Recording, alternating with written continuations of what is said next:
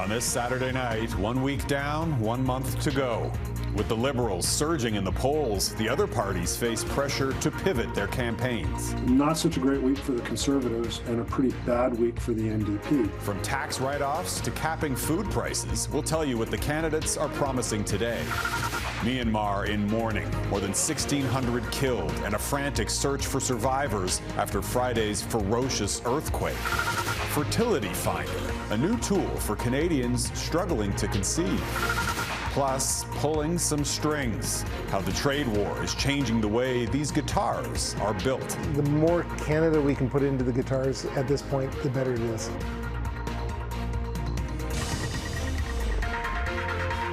Global National. Reporting tonight, Jeff Semple. Good evening and thank you for joining us. This country's political candidates are capping off a roller coaster first week on the federal election campaign. With 1 month to go, opinion polls show Mark Carney's Liberals gaining momentum. Some pollsters suggesting the Liberals could even form a majority government if a vote were held today. Their Conservative and NDP rivals are now facing pressure to refocus their campaigns on the trade war. Many of the usual top issues are being overshadowed by those economic threats from the White House. More U.S. tariffs are set to kick in next week, despite a softening in tone from the U.S. president following his call with Carney yesterday.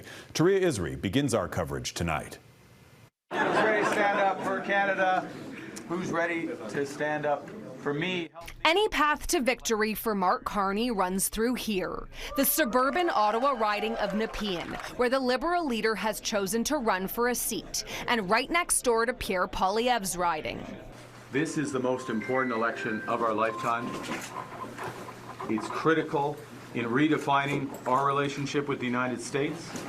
It's critical in redefining our economy on our own terms.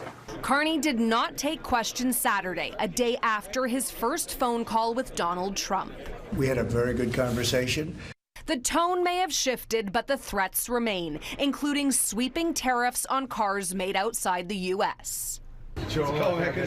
NDP leader Jagmeet Singh was also in the nation's capital with a pledge to cap grocery prices, saying the trade war will make everything more expensive.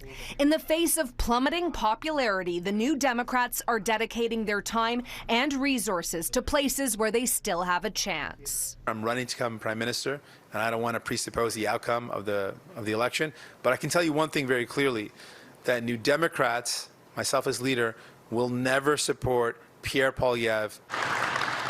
The Conservative leader was the first to travel to the Prairies.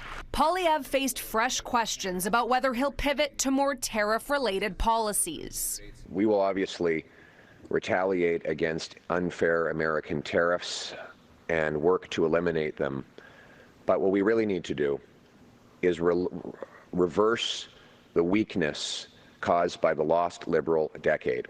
Public opinion polls show the Liberals ahead, with voters laser-focused on defending the economy against Trump. Well, what we've seen in the first week is it's been a really good week for the Liberal Party. Not such a great week for the Conservatives and a pretty bad week for the NDP. Singh will soon be on home turf. He's traveling to Burnaby, British Columbia, where he's trying to hold on to his seat.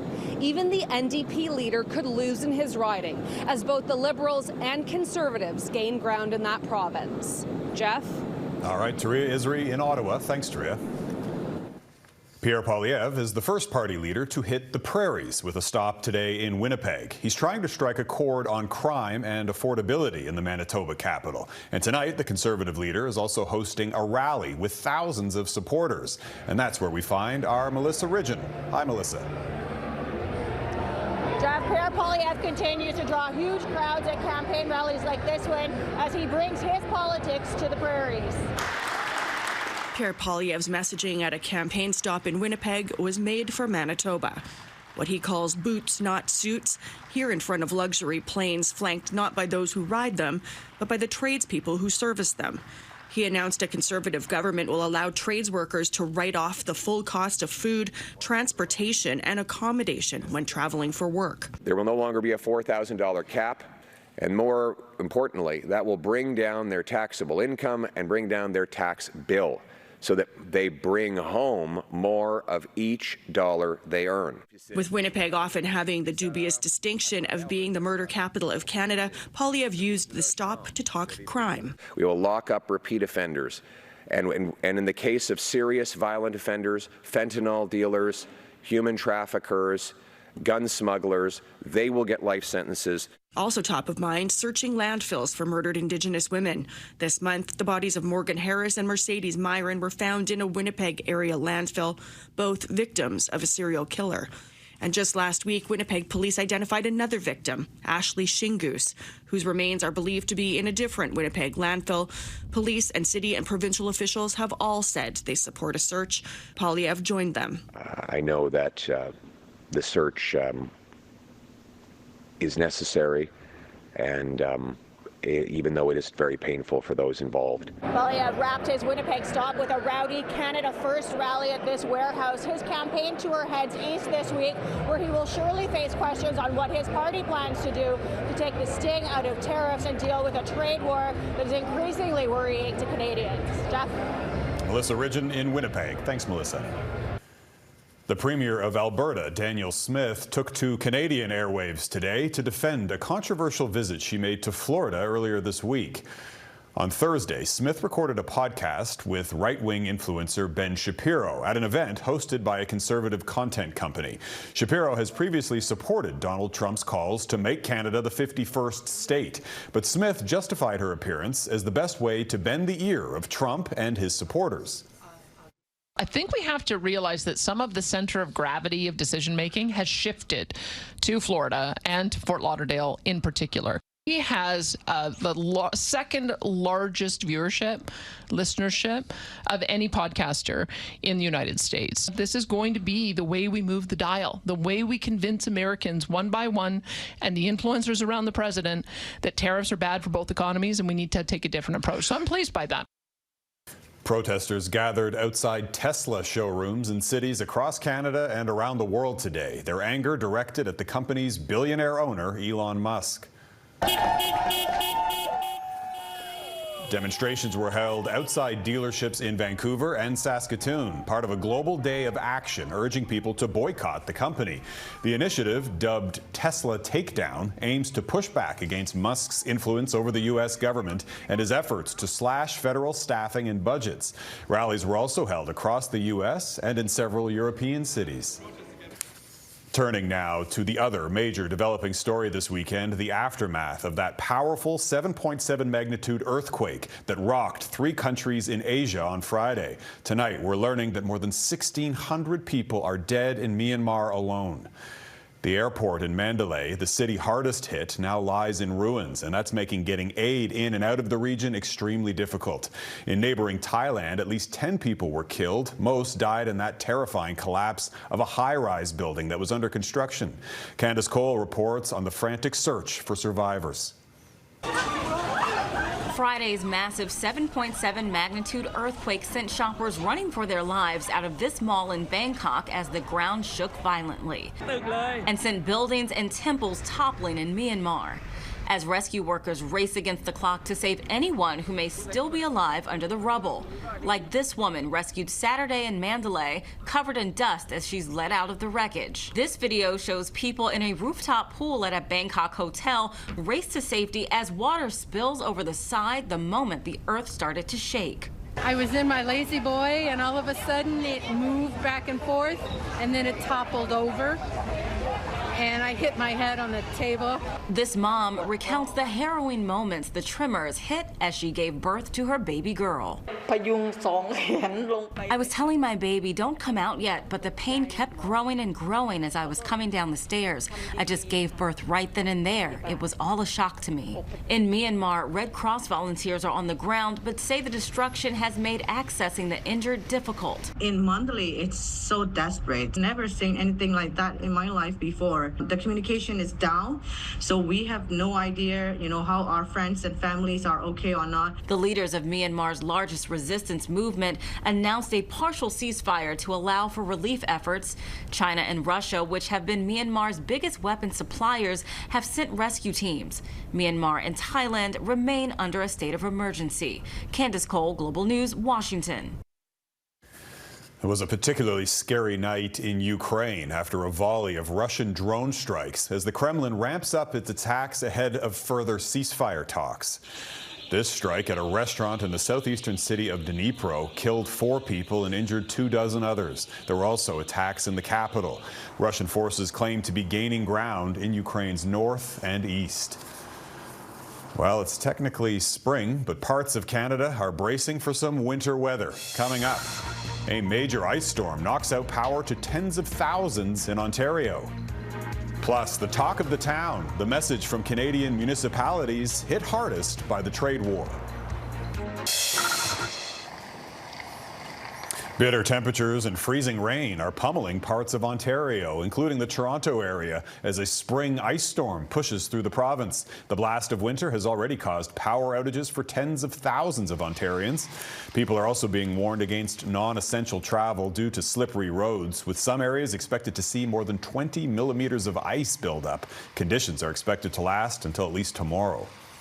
Cities and towns across the country are already being hit hard by the U.S. president's trade war. Municipalities are demanding a seat at the table to deal with looming U.S. tariffs. And in the midst of the federal election campaign, they're also looking for a renewed relationship with Ottawa to shield Canadians from the economic impact. Adam Macvicar reports.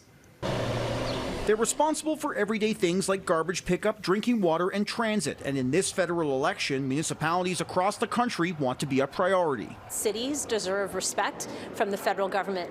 We are the economic engines of this country, and we do not have a seat at the table as often as we should. Factor in a trade war coming from south of the border, cities are speaking out, looking for that seat at the table. No matter who wins this election, Toronto needs a strong federal partner to face this U.S. trade threat and help us emerge even stronger. And calling on the party leaders for support to help chip away at an estimated $260 billion infrastructure deficit, showing up as major water main breaks in Montreal and in Calgary last year. We know that it is foundational to the way forward for our city and also just the way goods are transported across the country. But it's a course change from the Federation of Canadian Municipalities seeking certainty in this trade dispute. In the past, it was more about making a request. Hopefully we got certain tranches of money. Now it's become very, very important, knowing that the financial outlook isn't sunny for either side of the border at this point. And hoping to spur a national conversation and revamp the relationship between cities and the federal government through increasing municipalities' capacity to deliver services like housing and public safety without putting more pressure on property taxes. It's very hard to find investment within municipalities, and the only people that really can do it without going to a bank would be the federal government. The impact of tariffs are expected to be widespread, especially here in Calgary, which has been ranked by the Canadian Chamber of Commerce as the second most tariff-vulnerable city in the country, with hope the next federal government will give municipalities the means to shield the blow. Adam Macvicar, Global News, Calgary. Canada is far from the only country facing the ongoing threat of tariffs. The European Union is also in Trump's crosshairs, despite their long-standing ties with the U.S. On the West Block, Mercedes Stevenson looks at how at least one of those countries is standing firm against the economic threats. Donald Trump's latest round of tariffs is expected on Wednesday. He calls it Liberation Day. That's when so-called reciprocal tariffs will be announced by the White House. The president believes that this will level what he perceives to be imbalanced trade between the U.S. and other countries. But one country is pushing back on that narrative very publicly. Germany has said it will not give in. The German ambassador to Canada spoke to the West Block. Everybody will lose at the end of it, and it will be U.S. citizens and U.S. businesses who will lose as well. So we want to do more trade together, not less trade, but we will certainly stand up for us and for each other. And friends, as Canada and Germany, have to have each other's back. And you can watch more of that conversation with the German ambassador tomorrow morning on the West Block, right here on Global. Funding fertility still ahead. We'll tell you which Canadian provinces are providing new support programs for IVF. Several provincial governments are creating or increasing funding for fertility programs as more Canadians turn to IVF clinics for a chance to grow their families. But as Kyle Benning reports, the limited supports are still leaving many unable to afford the treatments. Raising children comes at a cost for parents, but for a growing number of Canadians, the price of attempting to get pregnant is a whole other expense. On top of the financial demands for treatments like in vitro fertilization, getting access to a clinic is a whole other challenge. To be able to get that information, you need to call a clinic, email a clinic, wait until you have that appointment, which could be 3 or 6 months later.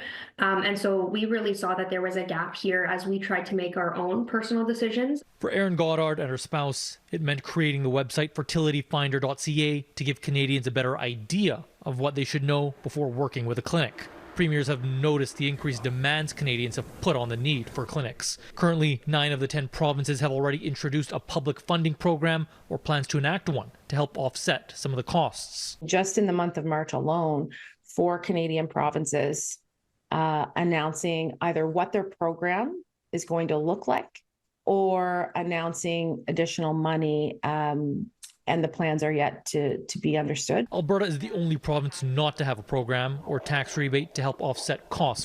British Columbia's program is set to start accepting applications this summer. Saskatchewan announced in its latest budget it would create a tax credit, with Manitoba's government doubling the amount patients can receive for its tax credit program. In Ontario, one cycle of IVF can cost anywhere from $10,000 to $15,000. Its public program covers the costs for a first cycle. But experts say even if patients can access that funding given wait lists, families are still left to cover costs of drugs, necessary travel, and extended time away from work. All of those parts make it really hard for people who are not well off or not willing to go into substantial debt to engage with these technologies, even when they're covered. Leaving some with the ultimate question, how much can they afford to shell out to grow their family? Kyle Benning, Global News.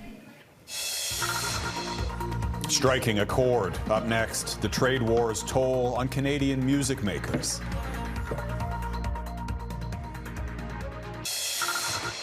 The first solar eclipse of 2025 was visible in parts of eastern Canada early this morning. In Moncton, stargazers could see a significant portion of coverage as the partial eclipse progressed. The phenomenon was also visible in parts of Europe. It's the only solar eclipse expected this year for Europe and North America. Southern Australia and Antarctica will experience a partial eclipse in September. Well, as we've been reporting, many small businesses across this country are struggling to cope with looming U.S. tariffs, and that includes a guitar maker in British Columbia. The owner says a trade war could cost him millions. As Marty Hastings reports, he's now retuning his business with a made-in-Canada solution. Over the past 10 years, owner Mike Miltimore has been pushing, making great effort to bring Riversong guitars into the American market. And this year was a leap year for us. We were at our big trade show in California, got a lot of interest. Our new guitars are fantastic, and people were really excited about them. And all of that house of cards that we built up is in danger of crumbling because of these tariffs. The goalposts continue to move, with tariff threats, delays, and reversals causing confusion, and that's bad for business. The big thing is indecision. We don't know what's going on. But if we're going to go send anything into the United States, with the 25% potential tariffs that are on there, it's making people not want to buy the product, or really apprehensive of taking on a new line that might be going up 25% in cost.